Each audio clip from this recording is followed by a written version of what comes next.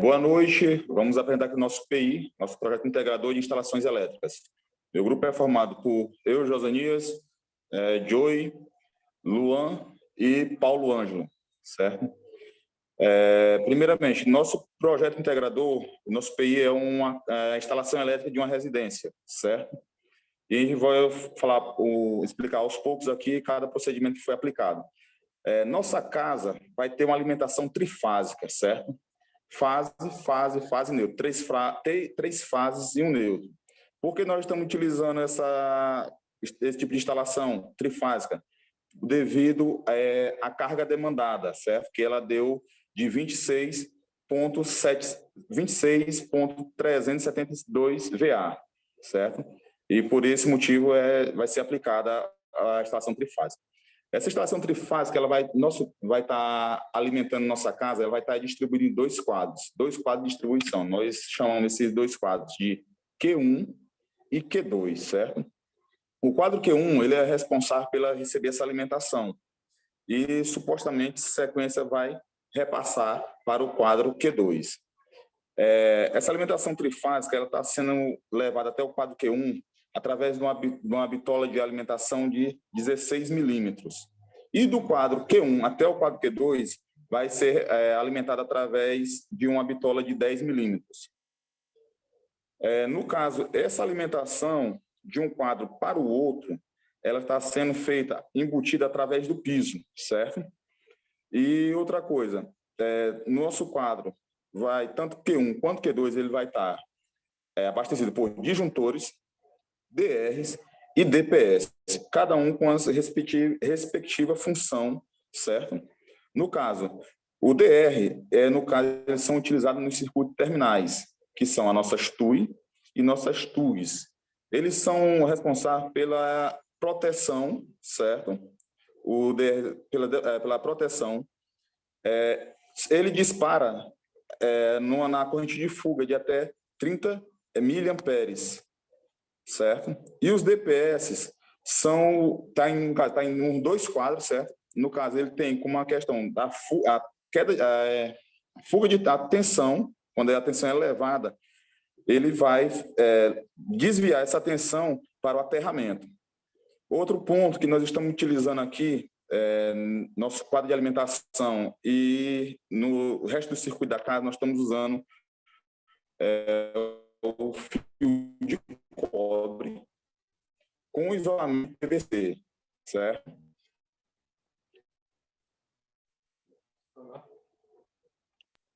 Bom, eu vou falar um pouco sobre o nosso DPS. O DPS ele tem a função de detectar qualquer...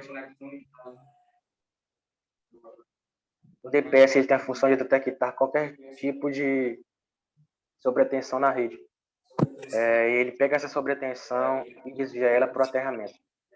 O nosso DPS ele vai ter uma tensão de operação contínua de 275 volts.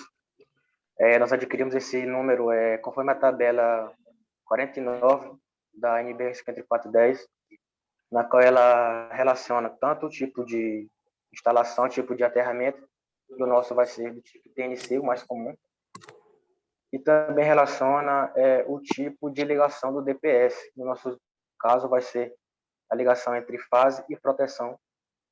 Nós pegamos esse valor de fase e proteção, ou melhor, nós pegamos essa tabela e vemos que a tensão entre fase e proteção será multiplicada por 1,1 e chegaremos ao número de 242 volts. E para dimensionar, nós consideramos esse número e acharemos o número e dimensionaremos nosso DPS de 275 volts para ele não ficar, como é que eu vou dizer, mal dimensionado. Ele ter essa tensão e ser superior a essa tensão, conforme a tabela 49. O nosso DPS ele vai ter a categoria 3. A categoria 3 diz respeito a DPS que ele é instalado tanto em circuitos de distribuição e circuitos terminais. A tensão de pico do nosso DPS, tensão de pico suportável, vai ser de 4 kV. Encontrando esse número conforme a tabela 31 da NBR 5410, na qual ela relaciona tanto a categoria, no nosso caso é 3, também com o sistema, que o nosso vai ser trifásico, e relacionando essas dois números, dois, relacionando tanto o sistema quanto a categoria, encontramos o número de 4 kV. E como nossa rede, nossa instalação, ela é trifásica e também não possui SPDA, a sua corrente nominal vai ser de 50 kA.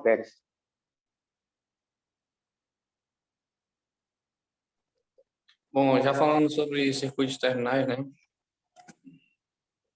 A norma da 5410, NBR 5410, ela especifica que uma instalação elétrica ela deve ser dividida em vários circuitos terminais, que cada circuito, onde cada circuito terminal ele deve possuir uma função específica, não podendo utilizar num único circuito, por exemplo, iluminação e tomada, porque assim elas vão cumprir duas funções no único circuito, desrespeitando as recomendações da norma.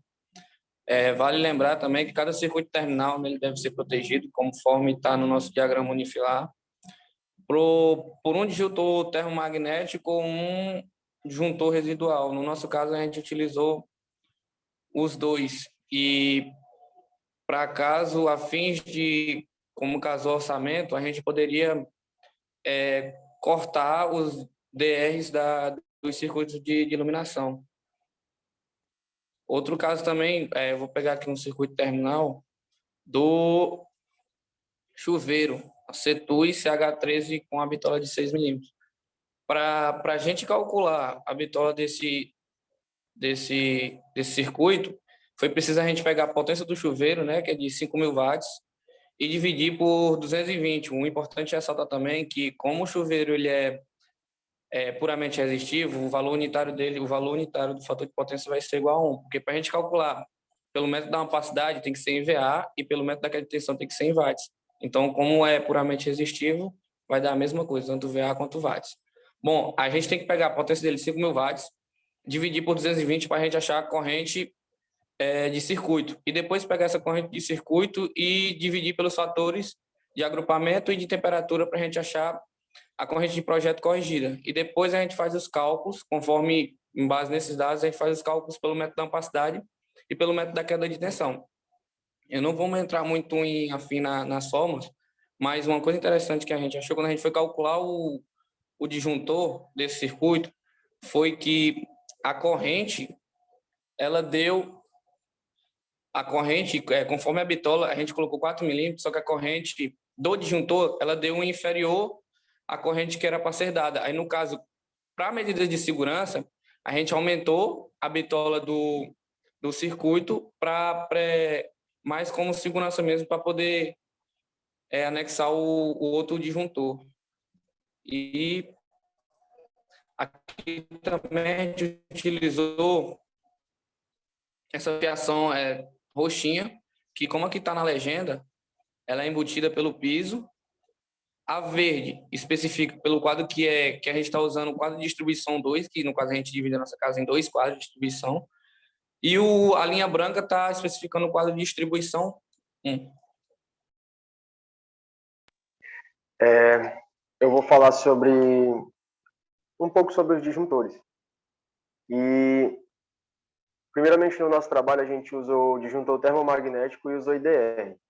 A gente também poderia ter colocado DDRs, mas a gente optou por esse conjunto de DTM e IDR, e até pelo fato de ser mais conhecido e também por ser mais acessível. Para a gente aqui, a gente vê mais esse tipo de utilização, né, de DTM e de IDR. E eu vou pegar um disjuntor aqui específico, coloca aí o CETUG 6. Pronto. O CETUG 6 ele tem um disjuntor de 15 amperes. E eu vou falar os critérios que a gente utilizou em todos os disjuntores, mas eu vou especificar nesse, porque foi o mesmo critério utilizado em todos. E o primeiro critério utilizado foi a corrente de projeto corrigida, que a gente descobriu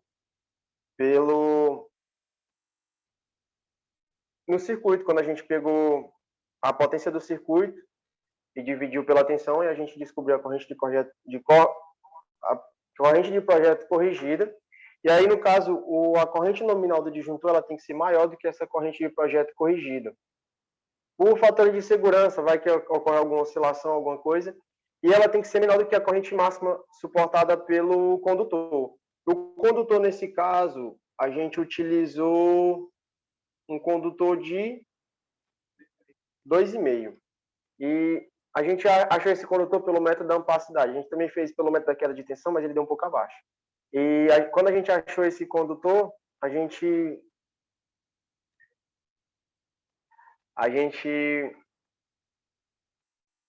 fez o fator de correção nele. No caso, a gente pegou a corrente máxima que ele suporta, fez o fator de correção dele. E aí a gente colocou lá e acertou o primeiro critério, no caso. E aí, quando a gente fez isso, a gente pulou para o segundo critério. No caso, o segundo critério ele é bem mais simples. É só a gente pegar a corrente nominal do disjuntor escolhido, multiplicar por 1,25 e comparar com a corrente de falta mínima usada no projeto. E a corrente de falta mínima foi de 250 amperes. E 1,25 vezes 15 é bem menor do que 250. Então, esse critério também foi satisfeito. E, no caso, a gente também tem um terceiro critério que ele diz que... Só que ele não é utilizado em circuitos terminais, como esse que eu estou utilizando. Ele é utilizado apenas em circuitos de distribuição, que, no caso, é o disjuntor adjusante, ele tem que ser 1,25 vezes maior do que o maior disjuntor a montante daquele quadro. Isso aí a gente tem que fazer até por uma questão de coordenação. Só que, como é um circuito terminal, a gente não utilizou esse critério. A gente pulou direto por quarto e por quinto critério. Que, no caso, eles têm a ver com a curva do disjuntor. E a curva utilizada nesse disjuntor, a gente calculou ela através do múltiplo. E como é que a gente fez esse cálculo? A gente pegou a corrente de falta mínima, 250, e dividiu pela corrente nominal, que é 15. E deu aproximadamente 16, deu quase 17. E aí, quando a gente utilizou isso, a gente botou lá um disjuntor curva C, porque ele vai atuar entre 5 a 10 vezes a corrente nominal, ou seja, ele vai satisfazer a nossa necessidade e vai ser muito bem utilizado ali. E aí agora a gente precisa comparar o quarto e o quinto critério, que no caso é o tempo de corrente de falta mínima que o condutor suporta. A gente tem que ver se o tempo que o disjuntor vai atuar é menor do que esse. E o tempo de corrente de falta mínima que o condutor suporta, a gente ainda divide ele por 4 para ter um fator de segurança ainda maior. E o desse projeto, o tempo que ele suporta é de 0,845 segundos. É muito pouco. Só que o tempo de atuação do disjuntor termomagnético é de 0,01 segundos. E como ele atua entre 5 e 10 vezes, ele vai conseguir disparar bem antes de ocorrer qualquer dano ao condutor ou a qualquer parte do circuito. E o tempo de corrente de falta máxima que o condutor suporta, também dividido por 4, que a gente tem que calcular em relação às duas correntes de falta, a mínima e a máxima. A máxima utilizada, no caso, foi de 500 amperes nos circuitos terminais. A gente achou um tempo de 0,21 segundos. Só que esse é o tempo dividido por 4. E os dois são divididos por 4. Ou seja, o tempo original é de 0,84 segundos. E mesmo 0,21 segundos ainda é muito maior do que o tempo de atuação do disjuntor termomagnético, que no caso é 0,01 segundos. E a gente fez isso para todos os disjuntores do nosso projeto e foi isso que foi achado. Depois disso, a gente conseguiu coordenar o projeto e achar o valor de cada disjuntor, inclusive dos disjuntores do quadro gerais e do sistema de alimentação. É isso.